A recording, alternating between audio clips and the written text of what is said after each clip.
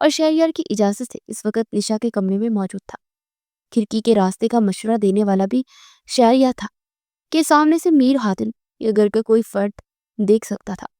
میں نے بتا دیا ہے ارہا پیا کو، میں کروں گی آپ سے شادی، پر آپ کو میری کچھ شرطیں ماننی ہوگی۔ میرے بلی کے بچے کو بھی مجھے واپس کرنا ہوگا۔ بلی کا بچہ خوبصورت بچہ جسے وہ اپنے ساتھ چھپ کر حویلی لائی تھی، کل رات وہ